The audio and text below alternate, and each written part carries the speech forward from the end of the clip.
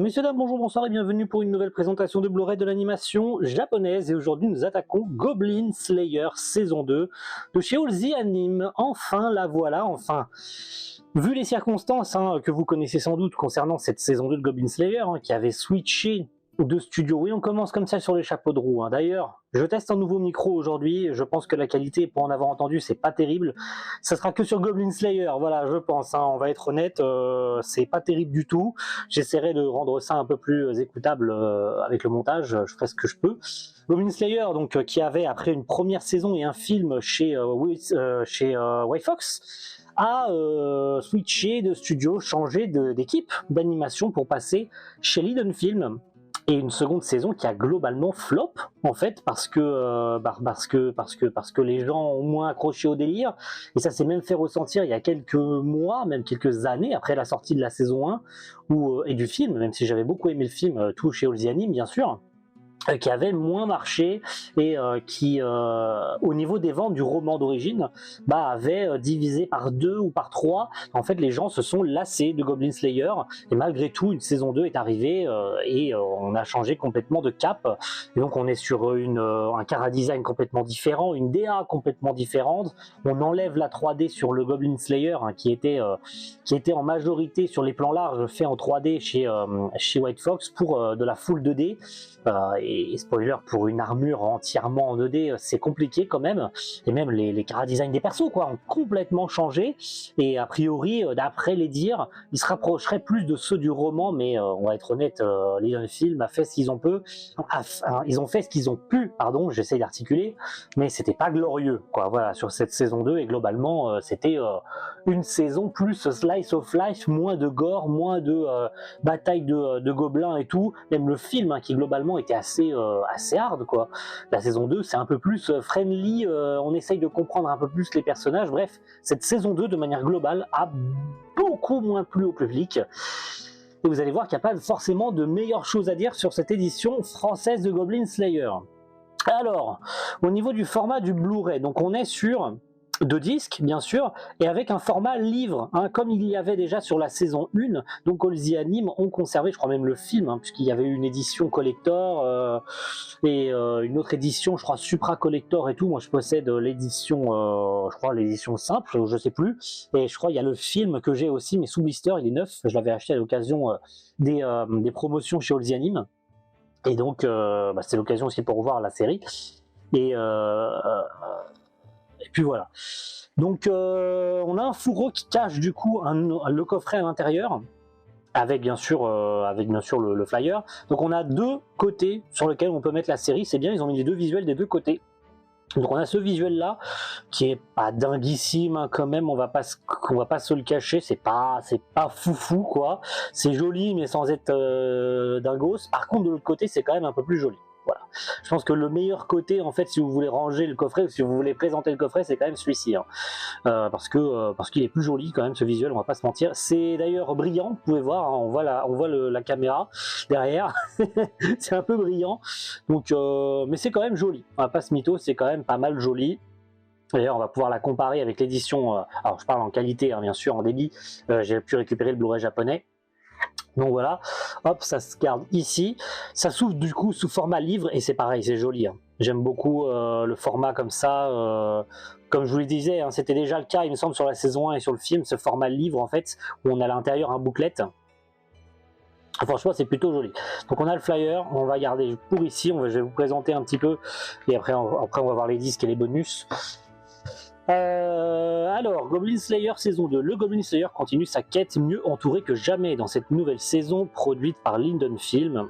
Alors Berserk, bon, on va éviter quand même de mentionner Berserk. Je pense pas que ce soit la bonne idée de mentionner Berserk, puisque Liden Film s'est occupé de Berserk 2016, une des adaptations les plus moisies que les gens ont envie absolument d'éviter. Tokyo Revenger, c'est pareil, c'est pas bien de mentionner Tokyo Revenger parce que l'adaptation est nul à chier, voilà, autant dire ce qu'il en est, l'adaptation est pas bonne du tout, globalement parlant, quoi, et ça va pas en s'arrangeant. Par contre, Call of the Night, ça c'est bien, vous auriez pu vous arrêter à Call of the Night, ça aurait été nickel, Call of the Night, par contre, c'est une très bonne série de Liden Film.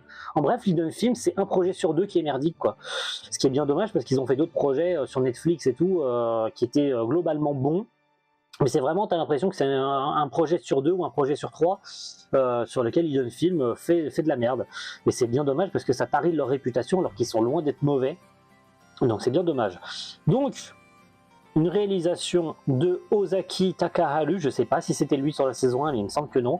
C'est Kenichiro Suihiro, bien sûr, aux musiques, hein, on n'oublie pas, scénariste, etc., etc. On est donc sur 2 Blu-ray,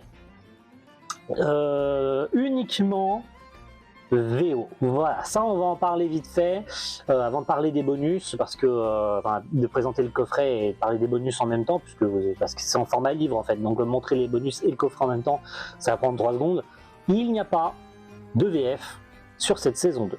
Ah, ça a fait parler, voilà, ça a fait parler qu'il n'y ait pas de VF sur cette suite, puisque cette série, cette saison 2 plutôt, était sortie chez ADN. Alors à l'époque c'était sur Wakanim bien sûr, et ils avaient fait un doublage à l'occasion de la sortie de la saison 1 et du film. Donc c'était un doublage, il semblerait, hein, reprenez-moi si je me trompe, j'irai peut-être me renseigner là-dessus, mais il me semble que c'était fait comme ça à l'époque. Une collab Wakanim et Olzianim, puisqu'ils travaillaient ensemble à l'époque.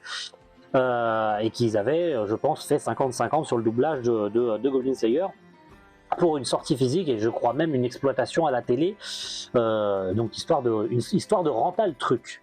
Mais comme ça a mis du temps à revenir et que ça n'a pas non plus hyper bien marché niveau vente, hein, parce que j'ai pas eu des échos comme quoi Goblin Slayer c'était super bien vendu, même s'il y a certaines éditions qui sont effectivement en rupture, mais de temps en temps il arrive que Olzianim retrouve des coffrets à droite à gauche, donc c'est pas un out stock non plus, c'est pas un out of stock genre massif, il y en a plus du tout, et t'as des gens qui les vendent sur internet à des prix conséquemment élevés. Non, il arrive que de temps à autre ils retrouvent des exemplaires, donc c'est pas non plus un out of stock de dingos quoi, il reste des exemplaires, donc ça s'est pas non plus vendu de dingos quoi. Donc ça peut se comprendre que sur cette saison 2, qui était donc sortie chez ADN, et qu'ADN n'a pas fait de doublage sur la saison 2 de Goblin Slayer.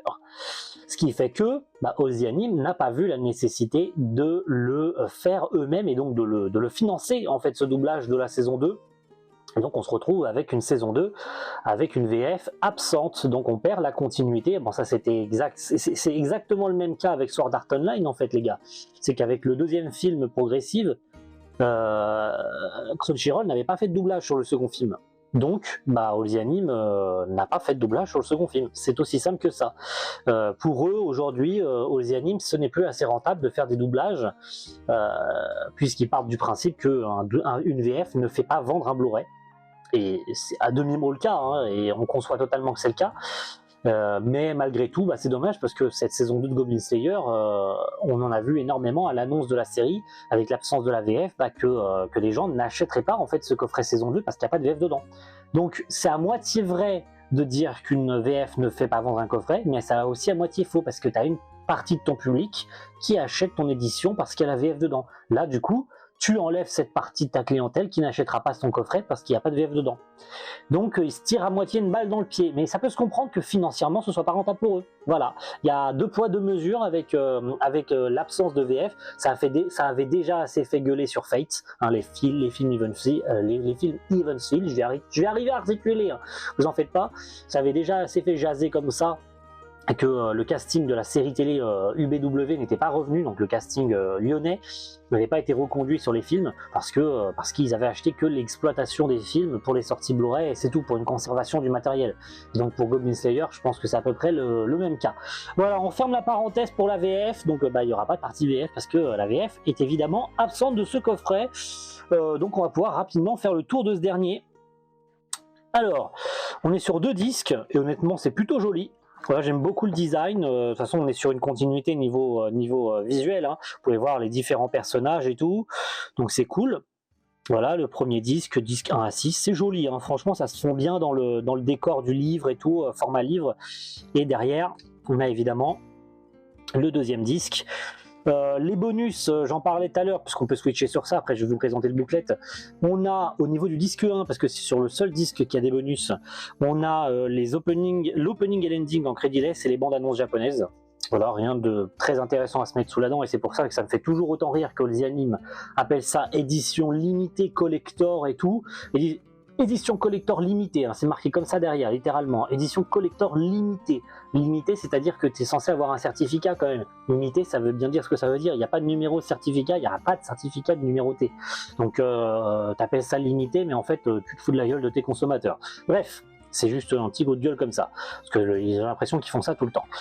Et on a du coup, on inclut un mediabook de 52 pages, comme sur les autres saisons. Du coup, avec les personnages, le World Guide de la série, des illustrations originales, donc des Genga de la série, en comparaison avec sa version couleur et sa version en production, et les crédits, du coup, évidemment.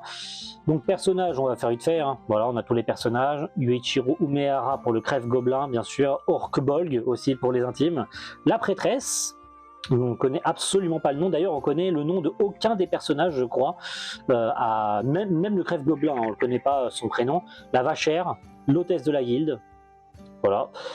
Posez pas la question, hein, on connaît absolument aucun nom des personnages, voilà. Le chaman nain, le prêtre lézard, l'archer elfe. Vous pouvez essayer de chercher sur les wikis leurs prénoms, mais je crois que c'est jamais dit en fait dans la série. On ne peut même pas s'attacher aux personnages puisqu'on ne connaît pas leurs vrais prénoms. Ils ne sont jamais prononcés une seule fois en fait leurs prénoms. On les connaît juste à travers leur intitulé, la Vierge à l'épée, tu vois. Tu penses à Goblin Slayer, tu vas dire le Goblin Slayer, ou l'elfe, ou la nain, ou la prêtresse, ou la Vierge à l'épée, mais jamais tu connaîtras leurs prénoms. C'est bien dommage, mais bon, la petite sœur du roi, blablabla, blablabla. On va passer. Le World Guide. Donc, qui sont tout simplement une galerie d'illustrations des lieux de la série, hein. Le comptoir de la guilde, la taverne, la ferme, la grange, la bibliothèque du temple, la place de la fontaine, l'entrée du mausolée royal, la chapelle, blablabla, les lieux dans lesquels se passe la saison 2, les lieux qu'on connaît pour certains hein, depuis la saison 1, et certains nouveaux lieux qui ont été réalisés pour cette saison 2. Voilà, le labyrinthe dans la neige, etc., etc. Hop, les illustrations originales. Donc voilà, je vous disais, hein, des Genga avec leur version couleur et leur version en production, donc la version brute en fait du dessin, tout simplement. Elle est pas dingos, hein, je vous disais, cette saison 2 en visuel. C'est plus beau en fait, en vrai de vrai c'est plus beau comme ça en fait. Ils auraient jamais dû faire comment on appelle ça déjà, le color design de la série ou le compositing, ils auraient dû laisser ça vierge en fait. Ils auraient pu nous diffuser cette série comme ça aurait été plus joli. Parce que regardez, le niveau de détail perdu par rapport au dessin original et à l'animation finale en fait du personnage, le niveau de détail perdu c'est affolant quoi, vraiment. Voilà. Et puis, on termine avec les crédits, bien sûr, le main staff de la série. Voilà, avec le cast et ce qu'on a pu voir aussi sur l'affiche. Et puis, bien sûr, les remerciements avec le staff d'All the Anime, avec une traduction, bien sûr, d'Aurélie Lafosse Marin de chez GSI CMF, puisque c'est évidemment une traduction reprise depuis le simulcast de ADN. Voilà, on peut passer sur ça, je pense. Ça, on va faire très rapide. Hein. Les normes de sous-titrage, c'est ce que fait All the Anime habituellement, donc rien de très nouveau là-dessus. La police d'écriture est très très lisible, il n'y a rien à dire. Aussi bien de près comme de loin. Ouais, je reprends des termes que certains disent assez souvent, mais je veux dire, c'est très bien comme ça. Ça fait largement le café, de toute façon. Et puis, on va pouvoir boucler sur le débit vidéo de notre édition française de Goblin Slayer. On est bien sûr sur un Blu-ray, je peux le dire et je peux le certifier avec All the Anime, puisqu'on le sait, hein, contrairement à certains autres, n'est-ce pas, même si je me doute bien, et j'ai posé la question que c'est pas obligatoire de le montrer dans les Blu-ray, mais tu vas tu vas dans les crédits du coffret et du Blu-ray, tu peux voir qui a fait l'autoring de ce Blu-ray. Donc on est bien sûr sur du common screen, hein, ça coule de source.